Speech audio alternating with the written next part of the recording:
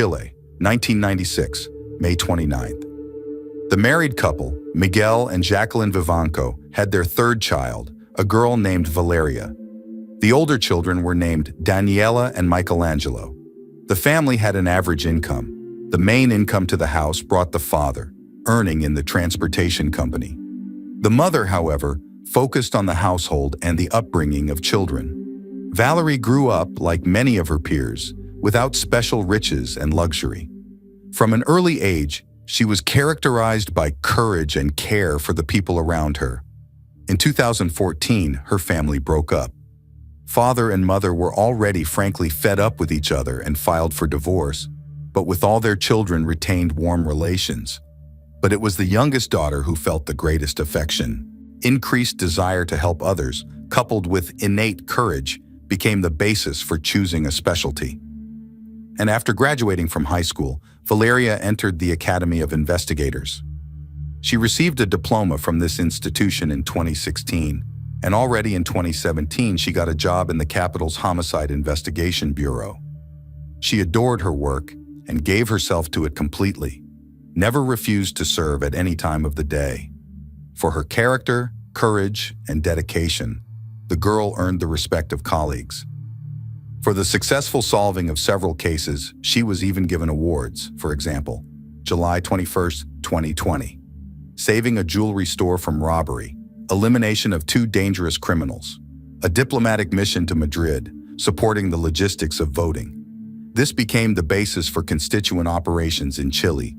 In 2021, Valeria was living in the commune of Quicura with her brother and mother. At that time, she had already reached the rank of assistant inspector. Her colleague there was a young officer, 21 years old, Leonel Alejandro Contreras Canales. In the same year, the girl was planning an anniversary, 25 years, and on May 29th, her mother, in honor of this event, arranged a fancy party in her house. Arrived all family, friends, and colleagues, Valeria. Only her father was absent because of terrible relations with his ex-wife. Yes, and with his youngest daughter recently, he did not get along, and this holiday was a chance for him to make peace with her. But he didn't take it. All in all, it was a great party. Everyone had a good time. No one knew at the time that a dark time would soon come. On June 13, 2021, at 4 a.m., the town of Santo Tomás de la Pintana was undergoing a search operation and a check of all inbound and outbound traffic. A 21-year-old girl had been murdered not far from here, and the killer had to be found quickly. According to some information, he could have left in a Kia car.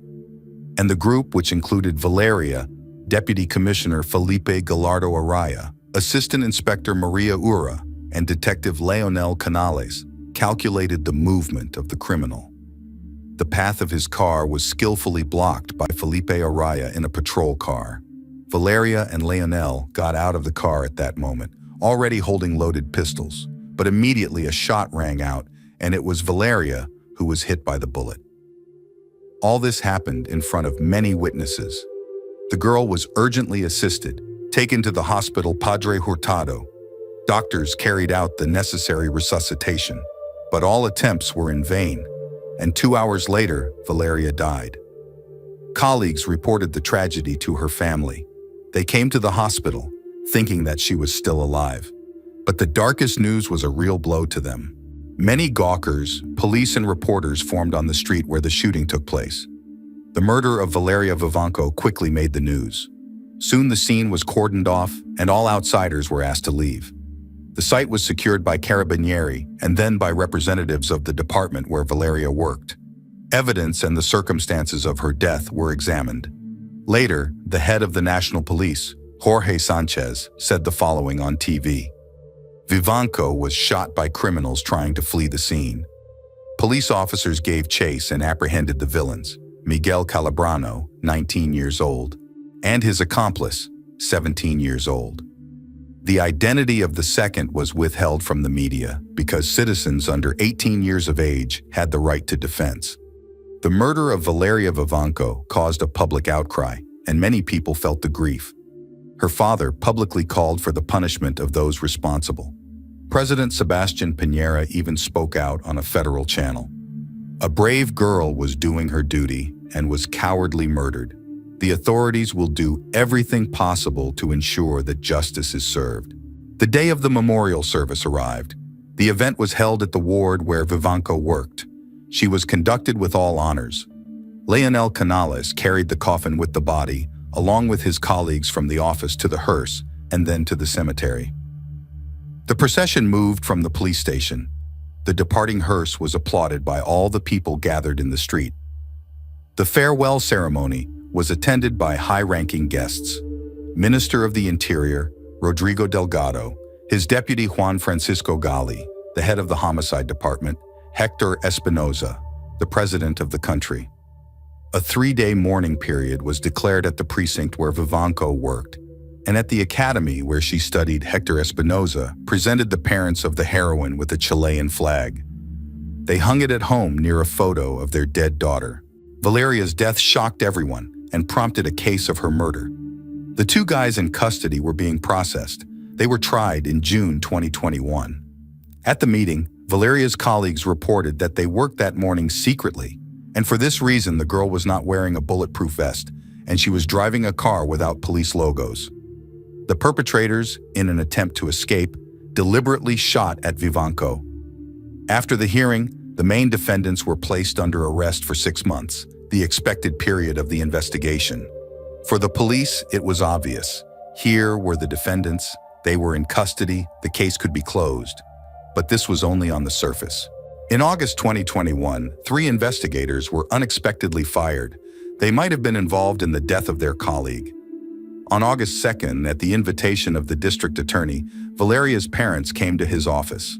At the meeting, Inspector Juan Carlos Carrasco deeply apologized to them on behalf of the police because their daughter was killed by the bullet of her colleague's gun. The news made the relatives furious. Valeria had been betrayed so cowardly by her own. Particular disappointment experienced Juan Guillermo Vivanco, Miguel's son from his second marriage. The guy entered the same academy as his half-sister, inspired by her achievements. And suddenly it turned out that the department where he dreamed of working was involved in Valeria's death. On August 4th, representatives of the Southern Prosecutor's Office announced the results of an examination realized by the homicide unit itself. The bullet that killed Valeria Vivanco had a caliber of 9mm. Such are used in serviceable weapons, and the 3 detectives accompanying the girl that morning could be connected with her death. An investigation by the prosecutor's office revealed certain oddities in the case. About 2-3 hours after Valeria's death, police officers confirmed that the suspects had been apprehended. Only according to the prosecutor's office, the 2 perpetrators surrendered themselves the next day. That's when their detention was formalized. The 2 perpetrators confessed to their relatives that they only hit Vivanco with a car, but did not shoot her. The mother of one of them even filed a statement with the prosecutor's office about her son's innocence and a request to establish the truth. And on July 29, 2021, the prosecutor received a report from the crime lab. The report was kept at the Bureau of Investigation for over a month. It identified the gun and the cartridge that killed Valeria Vivanco. The weapon belonged to her partners in that operation. It turned out that on June 17th, the experts of that bureau arranged a ballistics test of the 3 detectives who were with the victim at that moment and the 2 detained guys. The chief expert, Jose Garate, indicated in the report that gunpowder was found on the hands of Leonel Canales. The information reached the heads of the unit, but for some reason it was not used in the investigation. The report from the Forensic Medicine Service also indicated incorrect data on the trajectory of the fatal bullet. It hit the girl in the abdomen from the front. But the Bureau of Investigation conducted its own ballistic study and found out that the fatal shot was made in the back. The experts also found a bullet with particles of Vivanco's blood at the scene of the tragedy. Having such facts, the prosecutor's office initiated an administrative case against 3 of Valeria's colleagues. A little later, they were suspended from the police service. That event was held on August 9th. Those 3 detectives and the 2 guys in custody also arrived. The prosecutor's office was represented by Christian Toledo and Alex Correz. The relatives and friends of the dead girl were invited as witnesses. The first to speak was Felipe Araya. At the moment before the shot, he was in such a position that he saw only Valeria. She got out of the car first, then returned to get the keys and her weapon. That's when the shot rang out. The criminal's car drove off and the colleague was lying on the ground. Maria Constanza took the floor next.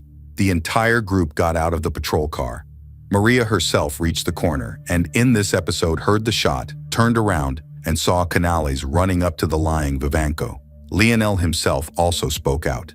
Then she got out of the car from the back seat and Valeria from the front passenger seat. The two of them walked toward the suspects, moving diagonally. Suddenly there was a gunshot and his coworker went down, but he didn't shoot her. The detained guys said they were in the car the whole time and did not fire at anyone. By evening, the reconstruction was completed. The carabinieri also testified. At the second of the shot, Canales was standing behind the victim, and his position coincided with the trajectory of the bullet. All the evidence pointed specifically to Lionel. The prosecutor's office was outraged by the Bureau of Investigation's concealment of evidence and falsification of reports. And soon, its director, Jorge Marquez, was fired. His post was taken over by Victor Ruiz, who had previously worked as deputy prefect. On August 10th, the two guys they wanted to pin the Vivanco murder on were released on two conditions: a half-signature not to leave, obligatory visits to the police every month to check in and prove their law-abiding behavior. Additional forensic tests were also conducted, and all determined that Vivanco was shot with a service pistol. Marcial Lagos, Canales' attorney, disagreed with the facts, assuring that his client was in an extremely awkward position to shoot at that unfortunate moment. The current situation has caused a storm of anger in society and Valeria's relatives. There have even been rallies calling for the true killer to be put behind bars. Daniela Vivanco admitted in an interview that she has audio recordings from her sister's phone, which describes that fatal operation. The recordings clearly show a conversation with only Lionel. According to Daniela, what happened can be considered a national disgrace and a despicable act by the authorities. The lawyer of the Vivanco family, Alfredo Morgado, pointed out the strange behavior of the detectives in the process of reconstruction of those events. All of them assured that they did not use their weapons that morning. And the head of the department, Sergio Munoz, proved the opposite. In addition, those involved in the operation were often confused in their testimony. In addition, the parents of the detained boys spoke out. They accused the authorities of trying to pin the murder of a policeman on their children, even beating them in the station. There was evidence of beatings. In October 2021, the police officers where Valeria worked called her parents to the department. They were given a report to sign in order to receive an increased pension. The paper, dated October 5, 2021, stated that their daughter had been shot by teenagers, not Officer Canales. And under such circumstances, Valeria was considered to have died heroically during a special operation, and her parents are entitled to additional benefits. Such a forgery simply infuriated Jacqueline Vivanco, and a little later she reported it publicly on television. This move by the police was perceived as a further mockery. The authorities wanted the parents of the murdered girl to have no claim against them, but resentment only grew. Relatives from that moment stopped trusting all the materials on the death of their daughter, because for some reason the truth is hidden. Perhaps Valeria knew some facts that she should not have known, and they got rid of her. Some journalists linked her death to the investigation of atrocities in the commune of Puente Alto. In the designated area, 3 citizens stole drugs from a supplier on the night of June 12th. Their names: Savka Hernandez, Georgian Jimenez, Martin Guerra. For the head of the first in the criminal world was set a bounty of at least $200,000. This trio, after the kidnapping, fled by car, arrived at a warehouse. There, their enemies were already waiting for them. The killer shot Savka. It turned out later that he was in cahoots with Hernandez's accomplices. Savka himself planned to get the money for the goods and get away, and his car was supposed to be checked by Valeria Vivanco. But that car was stolen by those 2 teenagers, 17 and 19 years old. They didn't notice the bullet hole and the blood on the back seat. Lionel was arrested on a warrant from the prosecutor's office and taken to a temporary detention center. In early November, the first court hearing was held. The prosecutor presented a report and the results of expert examinations, proving that it was the defendant who was the shooter that morning. The defendant explained that the gunpowder on his hands appeared at the moment when he clamped the wound of his colleague, trying to stop the blood. And after the surgery, he returned his service pistol, which had the same number of rounds left in it as it had before the surgery. Leonel had a change of counsel. The defense was Eva Guerrero. Her position was based on the fact that her client did not see the shooter and even thought he was wounded. He could not have pulled the trigger because of his position and the trajectory of the bullet that hit the victim. The prosecution insisted that Canales had already premeditated the killing of his colleague and did it deliberately, not accidentally. The judge deemed Leonel a danger to society and remanded him in custody for 6 months until the next hearing. The defense's appeals proved futile. The victim's family was satisfied with the suspect's conclusion, but, no longer trusting the authorities, decided to conduct their own investigation. Daniela and Michelangelo studied the court case in search of new evidence, even visited the town of Santo Tomas. There they searched for surveillance cameras to find episodes showing the true shooter. At the same time, Leonel Canales' lawyers were also investigating. And on January 7, 2022, they announced that the most likely killer of Valeria, Felipe Araya, who was driving a patrol car that morning. He was the one who accidentally fired his gun without leaving the driver's seat. And since his gun is identical to Canales's, either officer could have been punished equally. In addition, Araya washed his hands thoroughly before analyzing for gunpowder residue on his hands and then giving vague testimony. 1. Heard a gunshot and saw a coworker fall and began to render aid to her. 2. Heard the shot and saw Canales prevent Valeria from falling. 3rd, at the reconstruction of events said that Valeria was returning to the car, taking the gun and keys, and went to the criminals. 4th, a few months later, he already vaguely remembered what had happened.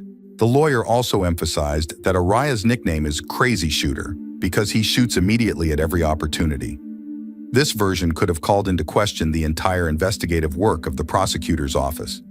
The Vivanco family once again questioned the competence of the authorities, and the hypothesis of Araya's guilt seemed plausible, and the evidence Michelangelo and Daniela had obtained worked in its favor. These are the Carabinieri reports. They were soon examined by the judge. But even so, Felipe Araya was a witness in the case, although he was also dismissed from the police force. And Canales remained the only defendant. Nor did the subsequent facts support the hypothesis. It was unclear how the service weapon was transferred and stored after Valeria's murder. The prosecution considered this version weak because all the guns of the participants of the operation were carefully studied. And the shooter is Leonel Canales. In July 2022, the court extended the term of temporary detention for the already unemployed defendant. A second hearing was held a little later. The defense was still based on the version that Felipe Araya was the killer, the prosecution, Leonel Canales. At this time, the results of the private investigation of the Vivanco family came out. Both defense lawyers and prosecutors asked for a reopening of the investigation, with the addition of new materials to the case. In the meantime, the prosecutor called Felipe Araya to the stand to testify. He swore that he did not wash his hands before the examination, and on his fingers and sleeves remained the blood of the deceased when he gave her the necessary assistance. And he had always kept the gun with him since 2018, and never swapped guns with anyone. In the trial, it began in March 2023. Prosecutors had no doubts about Canales' guilt and intended to imprison him for a minimum of 15 years. The Vivanco family was of the same opinion. The defendant was forbidden to talk to the press, but he broke this taboo in May and invited the media directly to the detention center. Publicly, he declared that he was not guilty, but killed Valeria Felipe Araya with a shot in the back. This allowed the perpetrators to escape, and then the investigation went on with a lot of mistakes. On May 16, 2023, a preliminary hearing was held, which did not bring fundamental changes in the process, and the accused was reprimanded for communicating with journalists. The next hearing was held in September on the 22nd. The position of the prosecutor's office did not change, but in addition, the witnesses of the tragedy, Maria and Felipe, were charged. The prosecutor made a speech with the following basis. The driver of the patrol car blocked the path of the criminals. At that point, 3 detectives got out of the car to persuade the perpetrators to surrender. The defendant used a weapon without rational motive and shot Valeria Vivanco when she acted properly, according to protocol.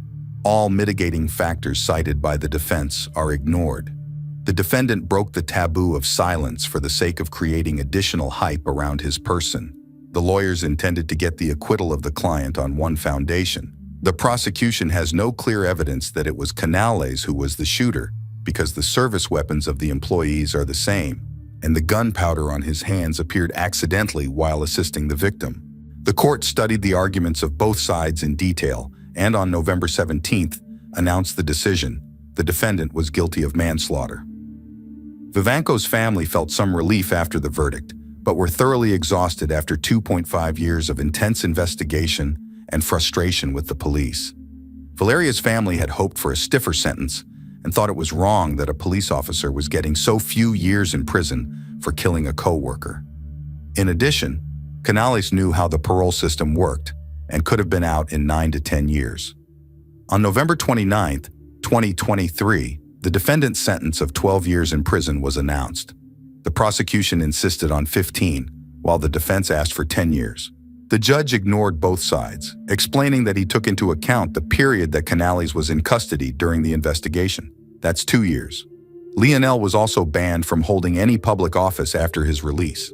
The family of the deceased remained extremely dissatisfied with such a sentence, but did not hide satisfaction with the dismissal of the management of the department where Valeria worked. The perpetrator is punished, but his victims' relatives are left with many questions, such as, what are the motives behind the crime? Why didn't the prosecutor's office work to investigate them? Could Valeria have learned something about her superiors? Meanwhile, one of the squares in the city is named in honor of the heroine of the ball. There, on the anniversary of her death, a minute of silence is held and flowers are laid out. The crime reflected a whole system of police corruption. As a result, 16 people from the investigation bureau were fired. Valeria's family has no doubt that the girl dug too much into complex cases and became inconvenient for many, including the police leadership. And Vivanco will not rest until they reveal the truth. Valeria, brave and devoted to her country, died suddenly for mysterious reasons, and they will probably remain a mystery. And even if her relatives find new evidence, it is unlikely that anyone will reopen the investigation and convene court hearings.